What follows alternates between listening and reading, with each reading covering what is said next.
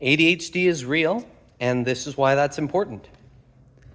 Hello, my name is Andy Osborne. I am the pastor of Faith Baptist Church in Scarborough, Ontario, and I wanted to start talking about ADHD, attention deficit hyperactivity disorder, as it's most often called, and living the Christian life. Because in my experience, there's very little material out there that is helpful and that actually is fruitful in helping people, Christians who have ADHD. So first, I want to talk about ADHD being real, because especially in conservative circles in the church, ADHD is often seen as something that doesn't exist. You had recently John MacArthur, who in a lot of ways I respect, saying that mental health and mental illness don't exist, which I'm sure there's some nuance that he means by that, but just in general, a very unhelpful thing to say. And I want to, I guess, put something out there that will help people, because I didn't have anything out there that was telling me, hey, this is how ADHD affects your life, and this is how you can grow as a Christian with the unique brain God has given you and the unique challenges that comes with. So first, what is ADHD? I'm sure if you're watching this, you probably already know, but just as a quick recap and information for those who don't know, attention deficit hyperactivity disorder, ADHD, is a executive function disability. It's a mental illness that affects your ability to really live your life the way you want to live it, to make decisions and act on those decisions. And that's what executive function means. Essentially, the back of your brain, which holds a lot of the information that you learn, the things you know, the things you want to do, the things you know you should do, and the prefrontal cortex, the frontal cortex, which actually puts things into practice.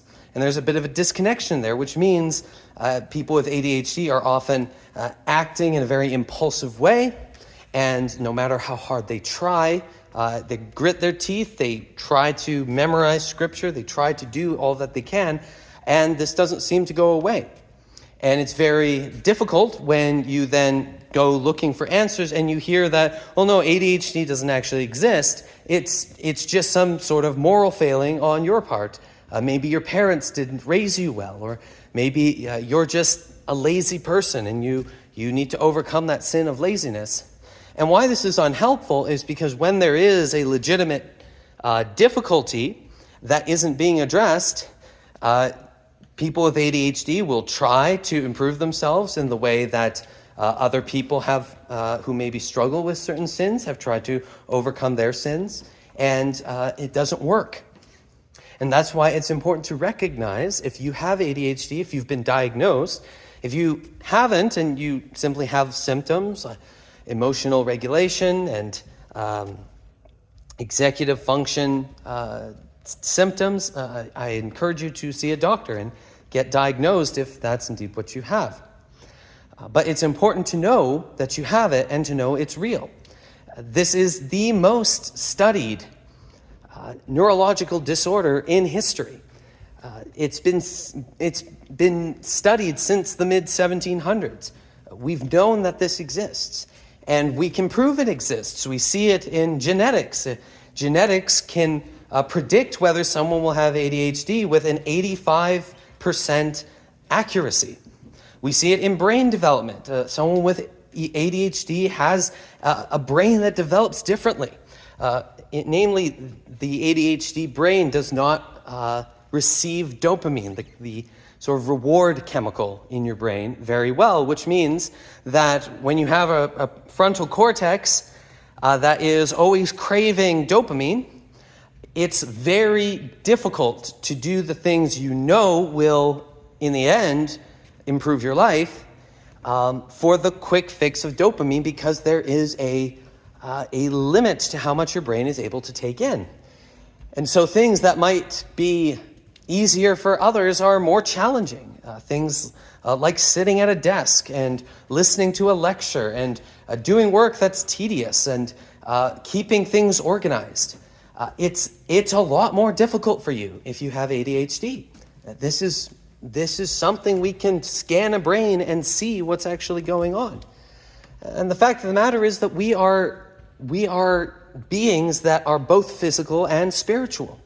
So I'm not going to say that sin doesn't have a role to play in some of the struggles in ADHD. What I would say is that this particular weakness does bring up the opportunity for certain sins more than it would in other people. So sin is at play. Our sinful hearts take advantage of any situation that it can. But we have to recognize this is more difficult for us. It's more difficult for us to pay attention. It's more difficult for us to stay focused on our work. It's more difficult for us to do the things that we said we're going to do and that we want to do because there is a severe disconnection between what we know and what we do, the part of our brain that actually puts things into practice. There are ways to grow in your Christian life. There are ways to overcome sin that is brought about in the context of having ADHD. But in my experience, it's going to be very difficult for you to grow in these areas unless you first accept, I have a condition. This is more difficult for me than it is for other people. Things that might work for others don't work for me. I have a limitation that other people don't have, and that's okay. God brings weaknesses into our lives in order to test us and help us grow, just as he brought the thorn in the flesh into Paul's side, whatever condition that might have been. So if you have been diagnosed with ADHD, or you have ADHD symptoms, and are going to get diagnosed or going to see a doctor to see if that's the case, recognize this is real. This isn't fictitious. This isn't just your sin. Again, sin makes its appearance in the context of ADHD in some ways that it might not appear in the lives of others, but this is real, and it's okay. God has put a weakness into your life, and that weakness is meant to show his strength. So there is a way forward, and going forward, my hope is to go over some of the ways in which we as Christians can grow as Christians with ADHD, can grow in grace, can overcome sin, can become more dependable and more helpful to others and glorify Christ in our lives.